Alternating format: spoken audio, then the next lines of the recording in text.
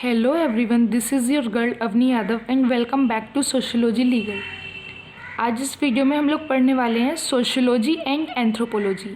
मतलब वीडियो के अंदर हम लोग जानेंगे और समझेंगे कि सोशियोलॉजी क्या है और एंथ्रोपोलॉजी क्या है, इन दोनों के बीच में क्या रिलेशनशिप्स हैं और उसके बाद इनके बीच में क्या क्या डिफरेंसेस हैं। तो चलिए शुरू करते हैं। Sociology is the mother of all sciences, hence it has close and intimate relationship with anthropology. मतलब जो सोशियोलॉजी है वो सारी सोशल साइंसेस में सबसे ऊपर है और इसकी एंथ्रोपोलॉजी के साथ बहुत ज़्यादा क्लोज और एक इंटरलिंक्ड रिलेशनशिप है। The relationship is so close that anthropologist A L Kroeber consider sociology and anthropology as twin sisters. मतलब इन दोनों के बीच में रिलेशनशिप इतनी ज़्यादा क्लोज है कि ए एल क्रोबर ने सोशियोलॉजी और एंथ्रोपोलॉजी को ट्विन सिस्टर्स बोला है। इसके बाद देखते हैं what is sociology. Sociology is a science of society. मतलब सोशियोलॉजी क्या है? सोशियोलॉजी सोसाइटी की साइंस है जिसमें हम समाज के बारे में पढ़ेंगे। It studies behaviour of man in groups. Sociology man का बिहेवियर स्टडी करती है लेकिन ग्रुप्स में हमेशा। The term sociology has been derived from Latin word societas means society and the Greek word logos means study. मतलब जो sociology शब्द है ये दो शब्दों से मिलके बना है। पहला है लैटिन वर्ड सोसाइटस जिसका मतलब होता है सोसाइटी, और दूसरा है ग्रीक वर्ड लोगस जिसका मतलब होता है स्टडी, यानी कि sociology is the study of society. Hence sociology is concern with association of human beings. तो इसका मतलब क्या है? सोशियोलॉजी किससे कंसर्न है? ह्यूमन बींग्स से, लेकिन हमेशा जब वो एसोसिएशन में होंगे, जब वो ग्रुप्स में होंगे। Sociology is a science that deals with social groups. Sociology एक ऐसी साइंस है, एक ऐसा विज्ञान है जो कि सामाजिक ग्रुप्स के साथ डील करता है, यानी कि जो हमेशा ग्रुप्स के बारे में स्टडी करता है, मैन की स्टडी ग्रुप्स में। फिर हम लोग देखते हैं what is anthropology. The term anthropology is derived from two Greek words, anthropos meaning man and another is logos means study. जो दूसरा शब्द एंथ्रोपोलॉजी है ये दो शब्दों से मिलके बना हुआ है और दोनों वर्ड ग्रीक वर्ड हैं। पहला है एंथ्रोपोस मीन्स मैन और दूसरा है logos means study. Accordingly anthropology means study of man in past. तो इसके अकॉर्डिंग एंथ्रोपोलॉजी क्या है? ह्यूमन बींग्स की स्टडी है पास्ट में, यानी कि मैन को, एंथ्रोपोलॉजी भी मैन को स्टडी करती है लेकिन हमेशा वो इंडिविजुअल को, यानी कि एक मैन एक एक करके स्टडी करती है और हमेशा पास्ट में स्टडी करती है। It deals with man, his work and behaviour. जो एंथ्रोपोलॉजी है वो मैन के साथ डील करती है, उसके वर्क और उसके बिहेवियर के साथ। Anthropology studies the biological and cultural development of man. Anthropology study करती है कि मैन का बायोलॉजिकल यानी कि फिजिकल और कल्चरल डेवलपमेंट किस तरह से हुआ है, क्या क्या फैक्टर्स रहे उसके पीछे, यही सब। इसके बाद हम लोग देखते हैं relationship between sociology and anthropology.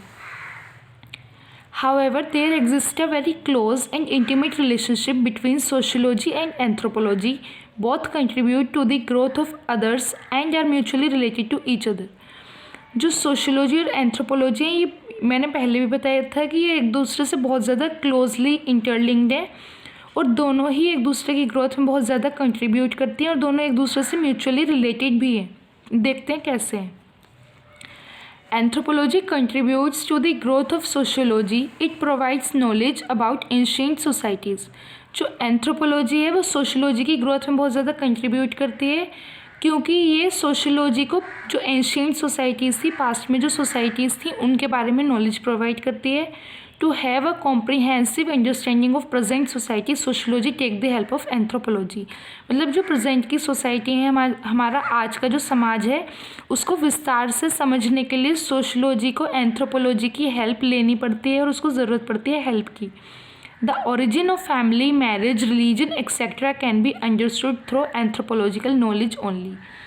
मतलब जो ओरिजिन है इस टाइम पे, जो प्रेजेंट सोसाइटीज़ में जो इंस्टीट्यूशंस है, जैसे फैमिली है, मैरिज है, रिलीजन है, तो ये सब जो भी आए हैं इनकी ओरिजिन कहाँ से हुई है, ये सब को समझने के लिए सोशियोलॉजी को एंथ्रोपोलॉजिकल नॉलेज की हमेशा ज़रूरत पड़ती है। उसके बाद देखते हैं similarly sociology contributes richly towards the growth of anthropology. बिल्कुल इसी तरह से जैसे एंथ्रोपोलॉजी सोशियोलॉजी के लिए कंट्रीब्यूट करती है, वैसे ही सोशियोलॉजी भी एंथ्रोपोलॉजी के लिए कंट्रीब्यूट करती है। Research and contributions of many sociologists like Emile Durkheim, Herbert Spencer is one of great help to sociology. बहुत सारे रिसर्चर्स और उनकी रिसर्च जैसे कि एमाइल डर्खीम है, हर्बर्ट स्पेंसर है, ये सब एंथ्रोपोलॉजी को बहुत ज़्यादा हेल्प करते हैं. इन सारी रिसर्च से एंथ्रोपोलॉजी अपनी रिसर्च और बेहतर कर पाती है. It is generally benefited by sociological researcher. और जो एंथ्रोपोलॉजी को सबसे ज़्यादा फ़ायदा हुआ है सोशोलॉजिकल रिसर्चर्स से. Many of the concepts and ideas are use in both the disciplines. बहुत सारे कंसेप्ट्स और आइडियाज़ ऐसे हैं जो कि दोनों डिसिप्लिन्स में ही यूज़ होते हैं, जैसे कि सुसाइड है, मैरिज है. Hence both are interrelated and independent. और इसीलिए हम लोग बोल सकते हैं कि दोनों इंटर रिलेटेड हैं और इंडिपेंडेंट हैं. पास्ट को समझने के लिए सोसाइटी को प्रेजेंट कंडीशंस को जानना बहुत ज़रूरी होता है, और उसी तरह से सोशोलॉजी को प्रेजेंट कंडीशंस को समझने के लिए पास्ट की सारी नॉलेज बहुत ज़्यादा इंपॉर्टेंट होती है. तो हम देखते हैं अपना next topic, difference between sociology and anthropology. मतलब सोशोलॉजी और एंथ्रोपोलॉजी में क्या क्या डिफरेंसेस हैं. सबसे पहले देखते हैं sociology. Sociology is a science of society. जो सोशोलॉजी है वो सोसाइटी की साइंस है. मतलब सोशोलॉजी में हम लोग क्या पढ़ेंगे, पूरी सोसाइटी के बारे में पढ़ेंगे. फिर anthropology is a science of man and behaviour. जो एंथ्रोपोलॉजी है वो मैन की साइंस है और उसके बिहेवियर की, यानी कि जो सोशोलॉजी है वो पूरी सोसाइटी को स्टडी करती है, और एंथ्रोपोलॉजी जो है वो सिर्फ मैन और उसके बिहेवियर के बारे में स्टडी करती है. Next is the scope of sociology is very wide. यानी कि जो सोशोलॉजी है उसका स्कोप बहुत ज़्यादा वाइड है, यानी कि बहुत बड़ा है. But the scope of anthropology is very limited because it is a part of sociology. लेकिन जो एंथ्रोपोलॉजी है उसका जो स्कोप है ये बहुत ज़्यादा लिमिटेड है, क्योंकि जो एंथ्रोपोलॉजी है वो एक सोशोलॉजी का ही पार्ट है. Next is it studies society as a whole. मतलब जो सोशोलॉजी है वो पूरी सोसाइटी को कवर करती है, पूरी सोसाइटी की स्टडी करती है. But anthropology studies man as a part of society. लेकिन जो एंथ्रोपोलॉजी है वो सिर्फ मैन की स्टडी करती है, क्योंकि मैन सोसाइटी का पार्ट है. तो इसीलिए इसी वजह से एंथ्रोपोलॉजी का स्कोप भी लिमिटेड था. Sociology include civilization. यानी कि जो सोशोलॉजी है वो सिविलाइजेशंस को और जो प्रेजेंट में जो भी कंडीशंस होती हैं उनको पढ़ती है, उनकी स्टडी करती है. और जो एंथ्रोपोलॉजी है it studies only ancient societies. जो एंथ्रोपोलॉजी है ये सिर्फ और सिर्फ एंशिएंट सोसाइटीज़ की, यानी कि पुराने टाइम में सोसाइटीज़ कैसी थी, सिर्फ उसके बारे में पढ़ती है. फिर next is it is concern with social planning and can predict future. यानी कि जो सोशोलॉजी है वो सोशल प्लानिंग से कंसर्न है, और ये फ्यूचर को भी प्रिडिक्ट कर सकती है. मतलब कि सोशोलॉजी में हम लोग सोशल प्लानिंग के बारे में पढ़ते हैं कि जो भी प्रॉब्लम्स चल रही हैं उनका किस तरह से सॉल्यूशन निकाला जा सकता है, अपनी सोसाइटी को कैसे बेटर कर सकते हैं. और इस सब के बेसिस पे सोशोलॉजी हमारे फ्यूचर को भी प्रिडिक्ट कर सकती है.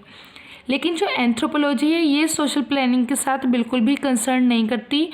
ये सोशल प्लानिंग बिल्कुल नहीं करती एंथ्रोपोलॉजी, और ना एंथ्रोपोलॉजी फ्यूचर को भी प्रेडिक्ट नहीं कर सकती. तो इसी के साथ हम लोगों का आज का वीडियो ख़त्म होता है. होप आप लोगों को सब कुछ समझ में आया हो. अगर आपको वीडियो अच्छी लगी हो तो प्लीज़ चैनल को लाइक, शेयर और सब्सक्राइब करना. अगर आपको कोई भी प्रॉब्लम हो तो आप लोग कमेंट बॉक्स में कमेंट करके बोल सकते हैं. मैं कोशिश करूँगी कि मैं उसका सॉल्यूशन आपको प्रोवाइड करूँ. और अगर आपको इसके नोट्स चाहिए तो आप लोग मुझे टेलीग्राम पे मैसेज कर सकते हैं. टेलीग्राम का यूज़र नेम नीचे डिस्क्रिप्शन बॉक्स में दिया हुआ है. So thanks for watching. Thank you everyone.